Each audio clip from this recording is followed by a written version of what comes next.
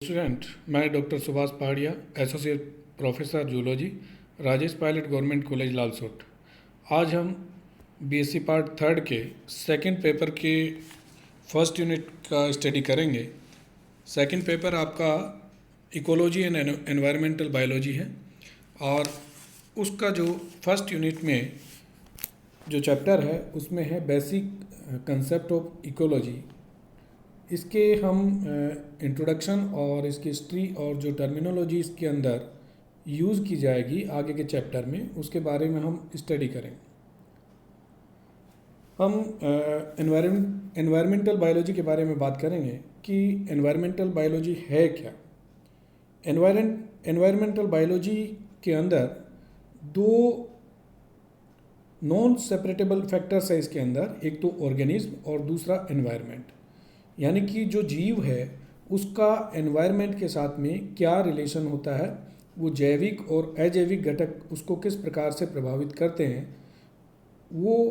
उनके अंदर जिस वातावरण में रहता है उसमें आपस में क्या जाति के सदस्यों के बीच में उनमें आपस में क्या संबंध है, और उसके अतिरिक्त जो एनवायरमेंटल फैक्टर है वो उसके साथ किस प्रकार से इंटरेक्ट करते हैं, ये हम एनवायरमेंटल बायोलॉजी के अंदर लेते हैं। जैसे कि एग्जाम्पल के तौर पर हम देखें कि एक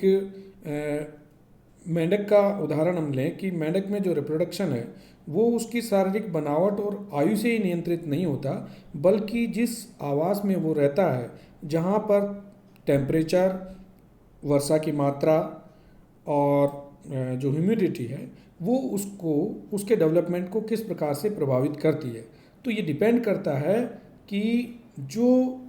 जीव जिस वातावरण में रहता है उसमें उस वातावरण के साथ और उसके जीवों के सदस्यों के अंतर संबंध किस प्रकार का है, ये उसके डेवलपमेंट पर डिपेंड करेगा। आप इसका और भी एग्जांपल आप देख सकते हैं कि जैसे एक तालाब के अंदर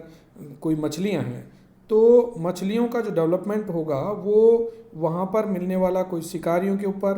पानी के अंदर जो ऑक्सीजन की मात्रा है उसके ऊपर, पानी के अंदर कौन कौन से टॉक्सिन्स हैं उनकी उपस्थिति पर, भोजन कितना उसको मिल रहा है, ये उसके ऊपर डिपेंड करेगा। तो यहाँ हम एनवायरमेंटल बायोलॉजी के अंदर ये सारी चीज़ों का अध्ययन करते हैं, जिसको हम इकोलॉजी या पारिस्थितिकी के नाम से या फिर उसको हम एनवायरमेंटल बायोलॉजी के नाम से जानते हैं। सबसे पहले जो इकोसिस्टम की जो कंसेप्ट दिया था वो A.G. टेंसले ने 1935 में ये कंसेप्ट दिया था, इकोसिस्टम क्या होता है। क्लार्क्स ने भी जो है इसमें ये बताया कि जो ऑर्गेनिज्म है, जीव है,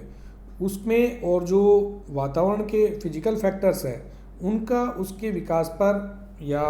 वो एक कॉम्प्लेक्स स्ट्रक्चर बनाता है जिसको कि इकोसिस्टम कहा जाता है। इकोसिस्टम स्ट्रक्चरल और फंक्शनल दोनों प्रकार की यूनिट से मिलकर बना होता है, और ये जो इसका जो इकोसिस्टम की जो यूनिट है वो किसी भी एनिमल के लिए या किसी भी जाति के लिए, उसकी डाइवर्सिटी के लिए ये बहुत इम्पोर्टेंट रोल निभाता है। According to E.P. ऊडम के अनुसार, ऊडम एक साइंटिस्ट है जिन्होंने ये बताया कि जीवों के बीच में आपसी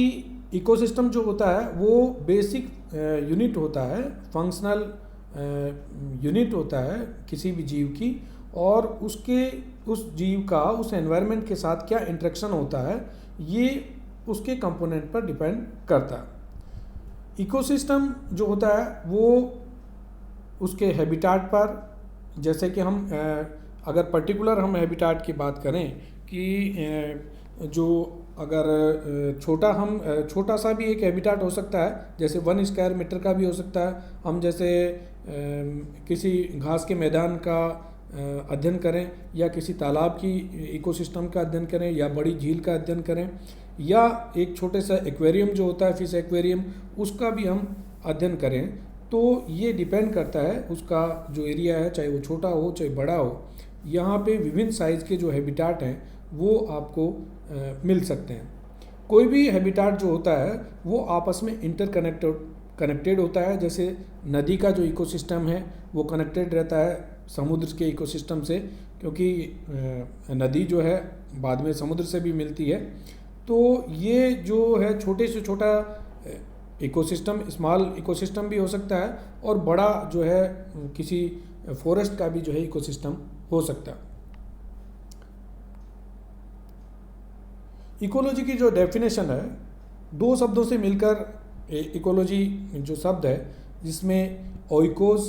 का मतलब होता है हैबिटेशन या आवास, और लोगोस का मतलब है स्टडी या डिस्कोर्स, यानी कि कोई भी प्रकार का जो आवास है जिसमें लिविंग ऑर्गेनिज्म रहते हैं, उसका हम अध्ययन करें, उसको हम कहेंगे इकोलॉजी। इकोलॉजी जो है अलग अलग ऑथर्स के द्वारा अलग अलग रूप से परिभाषित किया गया है कि जो इकोलॉजी होता है, एक तो प्राकृतिक आवास का अध्ययन होता है, या किसी कम्युनिटी का जो है विज्ञान है, कोई समुदाय का हम अध्ययन करते हैं, या कोई जैविक कम्युनिटी है उसका हम अध्ययन करें। तो इस प्रकार जो इकोलॉजी को अलग अलग साइंटिस्ट ने अलग अलग तरीके से जो है परिभाषित किया है। अर्नस्ट हैकेल जो है 1869 में इस शब्द को जो है पहली बार प्रपोज किया था। हालांकि जो शब्द जो है हैंस रीटर के द्वारा ये सबसे पहले जो है जर्मनी के जो साइंटिस्ट थे, उन्होंने इस शब्द का इकोलॉजी शब्द का सबसे पहले प्रयोग किया था, जिसमें उन्होंने बताया कि जो यानी कि हमारी इकोलॉजी जो है वो हमारे आसपास की सराउंडिंग्स जो है, हमारे आसपास का वातावरण जो है, उसके साथ जीवों का क्या इंटरेक्शन है, ये जो है उन्होंने बताया। इकोलॉजी की स्टडी जो है हम पर्टिकुलर रेफरेंस में करते हैं, जैसे किसी प्लांट के हम इकोलॉजी की स्टडी कर सकते हैं, या किसी एनिमल के संदर्भ में स्टडी कर सकते हैं। तो हम यानी कि हम उसको प्लांट इकोलॉजी कहेंगे या एनिमल इकोलॉजी कहेंगे। तो जो प्लांट और एनिमल्स जो होते हैं वो एक दूसरे से इंटरकनेक्ट होते हैं। तो इकोलॉजी के अंदर जो एनिमल इकोलॉजी है,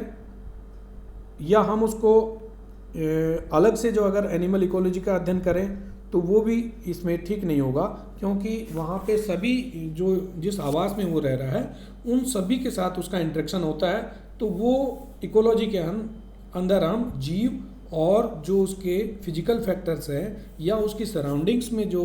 वातावरण है उसका भी हम साथ में अध्ययन करते हैं। दो टर्म्स आपको यहाँ याद रखनी है। एक तो होता है साइनिकोलॉजी, यानी कि किसी कम्युनिटी लेवल पर अगर हम उसके स्टडी करते हैं तो उसको हम साइनिकोलॉजी कहेंगे। साइनिकोलॉजी का हिंदी का जो अर्थ है वो है समपारिस्थितिकी, यानी कि किसी एक जाति का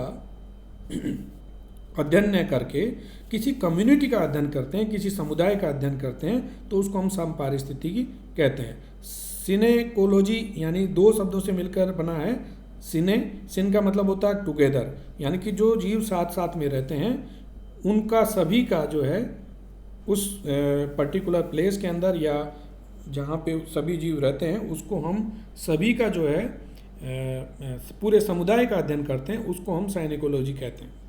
दूसरा शब्द जो होता है ऑटोइकोलॉजी, या हम इसको कहेंगे स्वपारिस्थितिकी। स्वपारिस्थितिकी उसे कहेंगे कि किसी एक जाति की पारिस्थिति का अध्ययन, किसी एक जाति के जीव जहाँ पर रहते हैं, जैसे कोई सारस पक्षी के जीवन का अगर लाइफ साइकिल का या उसकी पॉपुलेशन का या जिस आवास में वो रह रहा है उसमें उस क्षेत्र का भोजन का अगर हम स्टडी करते हैं तो उसको हम ऑटो इकोलॉजी कहते हैं। ऑटो का मतलब होता है सेल्फ, है ना, और साइने का मतलब होता है संयुक्त रूप से, टुगेदर रूप से। तो ये दो शब्द आपको आगे जब हम स्टडी करेंगे साइनिकोलॉजी और ऑटो इकोलॉजी उसमें महत्वपूर्ण होंगे। हम इकोलॉजी की हिस्ट्री देखते हैं कि इकोलॉजी की जो हिस्ट्री है, शुरू में जो रोमन और ग्रीक साइंटिस्ट थे उन्होंने ये जो नेचुरल हिस्ट्री में जो प्राकृतिक इतिहास है उसमें उनका इंटरेस्ट था। और सबसे पहले जो हम देखते हैं हिस्ट्री के अंदर कि किसी एनिमल की हिस्ट्री के अंदर एरिस्टोटल का बहुत बड़ा योगदान इसके अंदर है। दूसरा जो बुफोन नामक साइंटिस्ट है उन्होंने भी जो फर्स्ट नेचुरलिस्ट थे और इन्होंने एक सिस्टमेटिक नॉलेज जो है लिविंग ऑर्गेनिज्म और एनवायरनमेंट के बीच में क्या संबंध है वो बुफोन ने सबसे पहले दी थी। 1749 में जो है एक आवास और अनुकूलन की अवधारणा जो है व्यक्त की गई। चार्ल्स डार्विन भी जो नेचुरलिस्ट थे, उन्होंने भी पूरे वर्ल्ड का जो है भ्रमण किया था और अपनी एक थ्योरी प्रतिपादित की थी। इसके अतिरिक्त जो वालेस हैं, उन्होंने भी जो है बहुत थ्योरियाँ प्रतिपादित की, जिसमें उन्होंने पॉपुलेशन थ्योरी भी दी हुई है। इकोलॉजी जो मैंने आपको जैसा बताया कि जो जर्मन साइंटिस्ट हैं हैकल, 1878 के अंदर जो है उन्होंने इकोलॉजी को डिफाइन किया। ब्रांचेज ऑफ इकोलॉजी, इकोलॉजी की क्या क्या ब्रांचेज हैं? इकोलॉजी की हम बहुत सारी ब्रांचेज है, क्योंकि जो जीव है वो एनवायरनमेंट के साथ इंटरेक्ट करता है, तो वहाँ पे बहुत सारा फील्ड जो है इस इकोलॉजी के अंदर आ जाता है। यानी कि हम किसी स्पेसिफिक एरिया पर अपना ध्यान केंद्रित करते हैं, या उसके आसपास जो जितनी भी सराउंडिंग्स में जो प्रॉब्लम्स हैं उनके साथ हम उसको अध्ययन करते हैं। तो कौन कौन सी ऐसी ब्रांचेज है जिनका हम इकोलॉजी या जो एनवायरमेंटल बायोलॉजी है उसके अंदर इसका स्टडी कर सकते हैं। तो जो ब्रांचेज है उनमें सबसे पहले है बिहेवियर इकोलॉजी, यानी कि जो एनिमल के बिहेवियरल पैटर्न है, यानी कि व्यवहार किस प्रकार से व्यक्त करता है एनवायरनमेंट के अंदर, या तो हम उसका अध्ययन एक अलग से ब्रांच बिहेवियरल इकोलॉजी के अंदर करते हैं। दूसरी ब्रांच है फिजियोलॉजिकल इकोलॉजी और इको फिजियोलॉजी। इसमें हम जो ऑर्गेनिज्म है वो किस प्रकार से अपने आप को वातावरण में अनुकूलित करता है, उसको हम इको फिजियोलॉजी या फिजियोलॉजिकल इकोलॉजी के अंदर अध्ययन करते हैं। जैसे कि कोई टेम्परेचर है, उसके अनुसार वो अपने आप को कैसे उसके अनुकूलित करता है, या जो वाटर के अंदर साल्ट का बैलेंस है, या पानी के अंदर या अपने शरीर के अंदर जो ऑक्सीजन और कार्बन डाइऑक्साइड की मात्रा का जो बैलेंस है, उसके अंदर वो किस प्रकार से उसको बैलेंस करता है। तो और जो दूसरे फैक्टर्स उसको किस प्रकार से प्रभावित करते हैं, ये हम इको फिजियोलॉजी और फिजियोलॉजिकल इकोलॉजी के अंदर उसका स्टडी करते हैं। इको फिजियोलॉजी का रोल भी जैसे एग्रीकल्चर या जो हम फसल प्राप्त करते हैं उसमें भी जो है इसका बहुत बड़ा रोल होता है, क्योंकि उसमें जो इंडिविजुअल प्लांट है वो अलग प्रकार से उसको जो एनवायरनमेंट है या और फैक्टर्स हैं वो उसको प्रभावित करते हैं, जिससे उसकी जो फसल है वो उसका कितना उत्पादन होगा या उसकी सर्वाइवल रेट किस प्रकार से होगी। तो ये इस ब्रांच के हम उसका अध्ययन करते हैं। जैसे कि दूसरा इसमें जो इस ब्रांच का जो मोर इम्पोर्टेंट जो रोल है उसमें जैसे किसी माइग्रेटरी बर्ड है, और माइग्रेटरी बर्ड पर हम पर्टिकुलर स्पीसीज पे अगर हम ध्यान देते हैं कि उसको उसकी संख्या कैसे जो है कम हो रही है, उस पर कौन कौन से एनवायरमेंटल फैक्टर उसको इसको जो है कंट्रोल कर रहे हैं, कि बहुत दूरी से कोई बर्ड अगर माइग्रेट करके आ रहा है और अगर वो रास्ते में ख़त्म हो जाता है या उनमें से कुछ पक्षी ही अपने निर्धारित स्थान तक पहुंचते हैं, तो कौन से ऐसे फैक्टर्स जो है जो उसके माइग्रेशन को प्रभावित करते हैं या उसकी लाइफ साइकिल को प्रभावित करते हैं, ये भी हम फिजियोलॉजिकल इकोलॉजी और इको फिजियोलॉजी में उसका स्टडी करते हैं। नेक्स्ट है मोलिकुलर इकोलॉजी। मोलिकुलर बायोलॉजी के अंदर जो है जो इकोलॉजिकल प्रॉब्लम्स हैं उसमें हम इसके ऊपर इसका स्टडी करते हैं, और ये किस प्रकार से जो उसका मोलिकुल्स हैं या हम सीधा कहें कि उसको जो जेनेटिक्स हैं उसको किस प्रकार से ये प्रभावित करता है, तो उसमें हम जो है इस मोलिकुलर बायोलॉजी के अंतर्गत उसका स्टडी करते हैं। इवोल्यूशनरी इकोलॉजी, इवोल्यूशन का मतलब है उद्विकास। उद्विकास में जो इवोल्यूशन को किस प्रकार से प्रभावित किया, यानी कि जो मानव ह्यूमन मेड जो चेंजेस हैं या मानव के द्वारा जो गतिविधियां की जाती है वो एनवायरनमेंट को किसी न किसी रूप में प्रभावित करती है। जैसे कि हम किसी एनिमल्स की बात करते हैं तो उसमें प्रजनन या उसमें जो सेक्स का डिटर्मिनेशन है या उसमें जो भोजन की मात्रा है वो किस प्रकार से, या जो जंतु पॉलिनेशन करते हैं परागण के लिए करते हैं, बीजों को किस प्रकार से एक स्थान से दूसरे स्थान पर फैलाते हैं, तो उनमें उनके प्रजनन हो या उनकी ग्रोथ हो वो उसको किस प्रकार से प्रभावित करते हैं और उनके उद्विकास को उन्होंने किस प्रकार, यानी कि हम हिस्ट्री में भी, बैक में भी जा सकते हैं कि जो भूतकाल है उसमें उन्होंने इस इवोल्यूशन को किस प्रकार प्रभावित किया है, और आज की जो जनरेशन है वो आज जिस स्थान पर है, क्या पुराने भूतकाल में भी वो वैसी थी या नहीं थी, तो किस प्रकार से एनवायरनमेंट ने उसको प्रभावित किया है। नेक्स्ट जो ब्रांच है इकोसिस्टम इकोलॉजी, इसमें भी जो ऑर्गेनिज्म है वो जैसे फोटोसिंथेसिस के द्वारा पौधे अपना प्रकाश संश्लेषण के द्वारा एनर्जी लेते हैं, या बहुत सारे जो खाद्य पदार्थ हैं उनको अवशोषित करके भोजन का निर्माण करते हैं, और ये एनर्जी फिर किस प्रकार से ट्रांसफर होती है। तो वहाँ पर ऐसी कंडीशन में जो फिजिकल एनवायरनमेंट है, जैसे उसमें ताप है, दाब है, वायु है, या और कोई मिनरल्स है, वो उसको किस प्रकार से प्रभावित करते हैं, या उसके बायोटिक और एबायोटिक कंपाउंड जो होते हैं वो किस प्रकार से उसको उसके साथ इंटरेक्शन करते हैं, ये भी जो है उस पर निर्भर रहता है। इसके अतिरिक्त भी जो ह्यूमन एक्टिविटीज़ है उसमें खाद्य जाल है या एनर्जी फ्लो है या जो साइकिलिंग है न्यूट्रिएंट की, वो किस प्रकार से प्रभावित करती है, ये भी हम सिस्टम इकोलॉजी के अंदर अध्ययन करते हैं। नेक्स्ट है पॉपुलेशन इकोलॉजी। पॉपुलेशन इकोलॉजी में जो लिविंग ऑर्गेनिज्म है उसका कि उस पर्टिकुलर प्लेस के ऊपर और पर्टिकुलर समय में किस प्रकार से उस जो एनवायरमेंटल फैक्टर है उसको, उसकी पॉपुलेशन को कैसे नियंत्रित करते हैं, ये हम इस ब्रांच के अंदर जो है स्टडी करते हैं। जैसे कि हम अगर एग्जांपल लें किसी अर्थवर्म का या फोक्स का या वेल का या पाइन ट्री का, इनमें हम देखते हैं कि जो कोई भी अगर दो पॉपुलेशन इसके अंदर हैं, कि जैसे कोई एक तो परभक्षी है या जो होस्ट है, वो उसको उन दोनों के बीच में आपस में क्या इंटरेक्शन होता है और वो एक दूसरे को कैसे प्रभावित करते हैं, तो ये उसकी पॉपुलेशन को देख के हम बता सकते हैं कि उसकी पॉपुलेशन बढ़ी है या कम हुई है। तो ये डिपेंड करता है पॉपुलेशन इकोलॉजी में कि उन जो होस्ट और जो पैरासाइट है उसके बीच में क्या इंटरेक्शन रहा है। तो ये और इवोल्यूशनरी चेंजेस भी उसके अंदर क्या उद्विकासीय उसमें क्या चेंजेस आए हैं, ये उस पर डिपेंड करता है।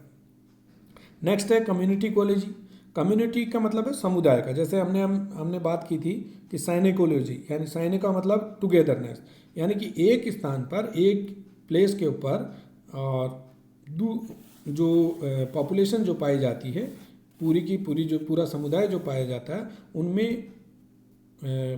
जो फीडिंग रिलेशनशिप है और जो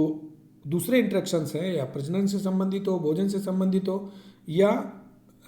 आवास से संबंधित हो, ये पूरा कम्युनिटी के अंदर जो है हम उसका स्टडी करते हैं। और इसमें जो उसको हम कहेंगे कम्युनिटी इकोलॉजी, यानी समुदाय पारिस्थिति हम उसको कहेंगे। कम्युनिटी जो स्टडी है उसमें जो बायोटिक इंटरेक्शन है,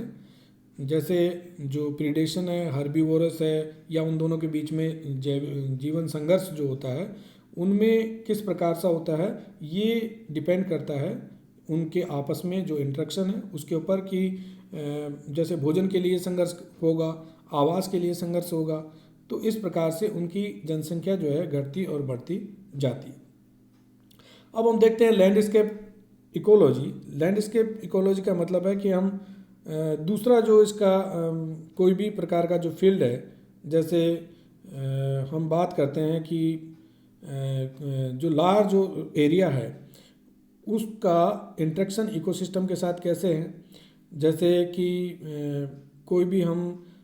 फॉरेस्ट इकोसिस्टम है, तो अब फॉरेस्ट इकोसिस्टम या कोई लेक का इकोसिस्टम है, बहुत बड़ा इकोसिस्टम उसमें अंदर होता है, और उनमें जो कनेक्शन होता है वो आपस में उस जगह के अंदर, जैसे लेक का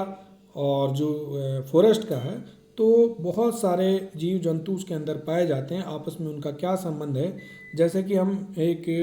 जो हेरोन है उसका हम उसके लेक के अंदर उसके भोजन पे अगर स्टे करते हैं, या उसके जो कहाँ कहाँ पे उसका इंटरेक्शन होता है, जैसे कि पक्षी जो हेron पक्षी है वो अपने भोजन के लिए लेक में आता है, अपना नेस्ट जो है फॉरेस्ट में बनाता है और फिर जो है वाटर में और जो है वाटर से जो है स्थल पर आता है। तो ये उसका एक बड़ा जो है लैंडस्केप इकोलॉजी के अंदर हम उसका स्टडी करते हैं। नेक्स्ट है कंजर्वेशन बायोलॉजी। कंजर्वेशन बायोलॉजी के अंदर हम प्रमुख रूप से कि मैन मेड जो इन्फ्लुएंसेस हैं, यानी कि मनुष्य के द्वारा या और किसी भी प्रकार के जो पोल्यूशन है या उसके द्वारा जो है अगर जो एनवायरनमेंट को हानि हुई है, अब उसको हानि को हम किस प्रकार से मेंटेनेंस करें या उसकी बायोडाइवर्सिटी को किस प्रकार से हम मेंटेन करें या किसी स्पीसीज जो स्पीसीज विलुप्त हो गई है उसका प्रिजर्वेशन करें, वो हम कंजर्वेशन बायोलॉजी के अंदर करते हैं। रिस्टोरेशन इकोलॉजी, यानी कि रिस्टोरेशन में भी हम जो नेचुरल सिस्टम था उसको जो मनुष्य की एक्टिविटीज़ के द्वारा डैमेज कर दिया गया, अब हम उसको वापस जो है पुनः उसका रिस्टोरेशन कैसे करें, वो रिस्टोरेशन इकोलॉजी के अंदर हम अध्ययन करते हैं। इकोटॉक्सिकोलॉजी टॉक्सिकोलॉजी क्या, यानी कि जो पेस्टिसाइड्स है, डिटर्जेंट है या और किसी प्रकार के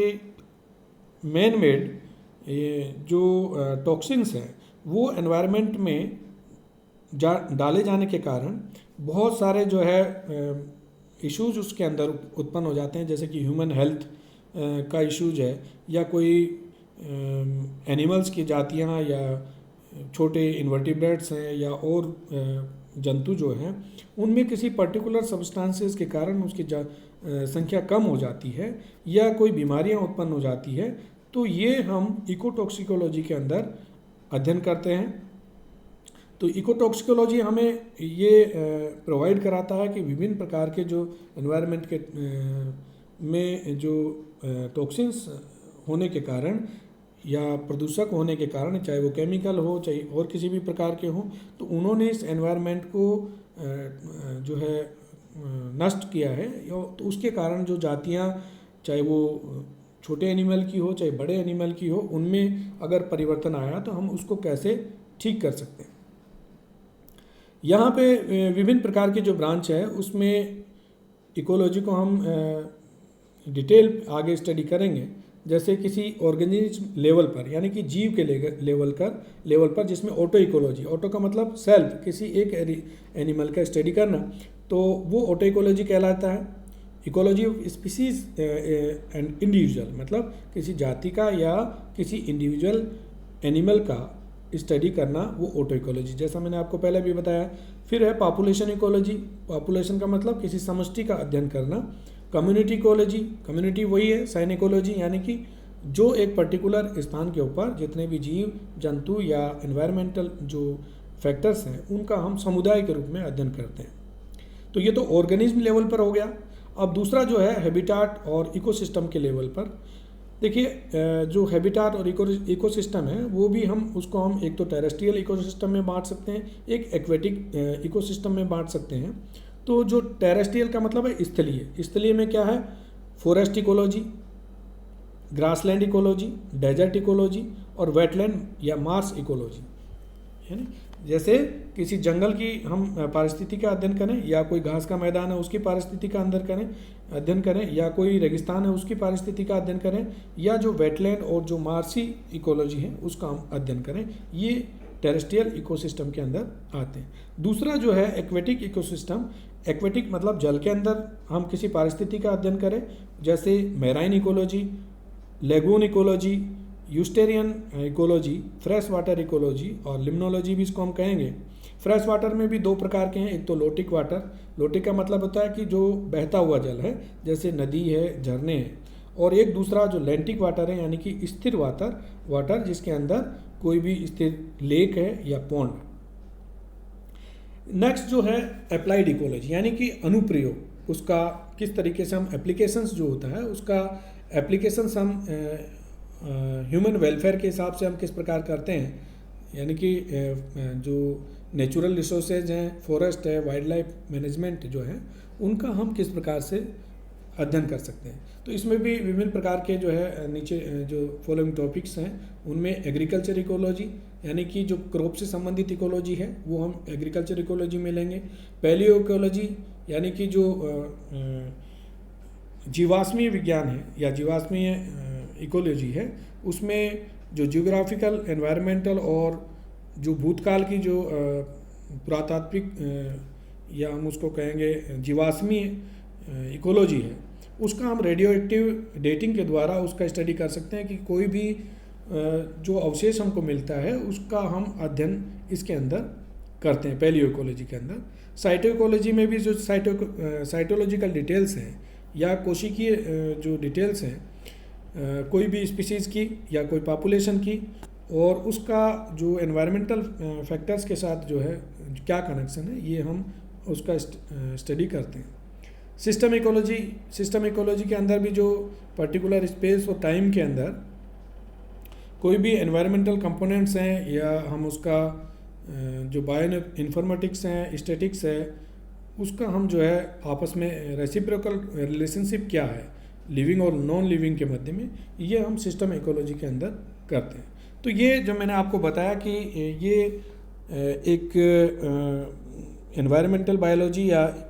इकोलॉजी के अंदर हम ये टर्मिनोलॉजी यूज़ में लेते हैं जिसका हम आगे डिटेल में स्टडी करेंगे। Thank you.